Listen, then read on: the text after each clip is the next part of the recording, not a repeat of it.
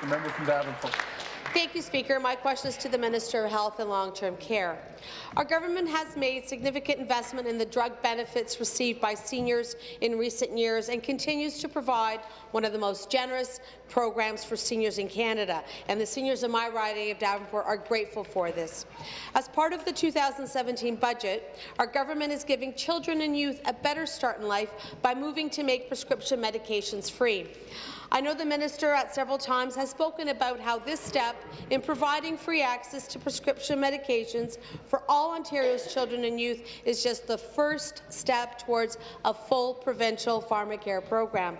Could the Minister of Health and Long-Term Care be able to update the House on the status of OHIP Plus ahead of its official launch next month?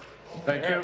Minister of Health, Long-Term Care. Thank you, Mr. Speaker. And Mr. Speaker, I have to say I am so proud of this Premier for her leadership nationally and in this province on this issue of pharmacare. And Mr. Speaker, it is true, we're only weeks away from the biggest advancement of Medicare in this province in generations, Mr. Speaker.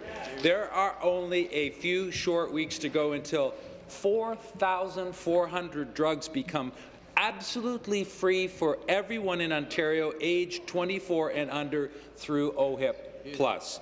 And last week, we officially launched a new website where people can go and search for their medications and see that they will be available free of charge. It's important to stress that OHIP Plus will cover every single drug on Ontario's formulary: asthma inhalers, EpiPens, diabetes test strips, oral contraceptives, cancer drugs, and drugs for rare diseases. Fantastic. Supplementary.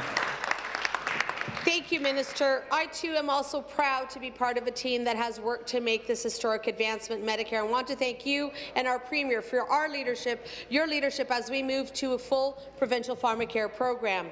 I have no doubt that this new program will improve access to prescription medications for more than 4 million children and young people and will help many families to afford the medications their children need to stay healthy. I know that much of the focus when we look at prescription drugs for youth will be focused on access to antibiotics, inhalers, and EpiPens. I think all of us in the legislature can agree how important that is. But there are often accessibility issues for medications we do not often talk about. Would the minister be able to inform the House about the full scope of health options OHIP Plus will offer? Thank you, Minister. Thank you, Mr. Speaker. And the reality of the Ontario Drug Formulary is that it will offer, through OHIP Plus, more independence, more opportunity, and more health for our children and youth. Diabetes test strips and insulin for low-income families struggling to pay the bills every week will save them thousands of dollars each year.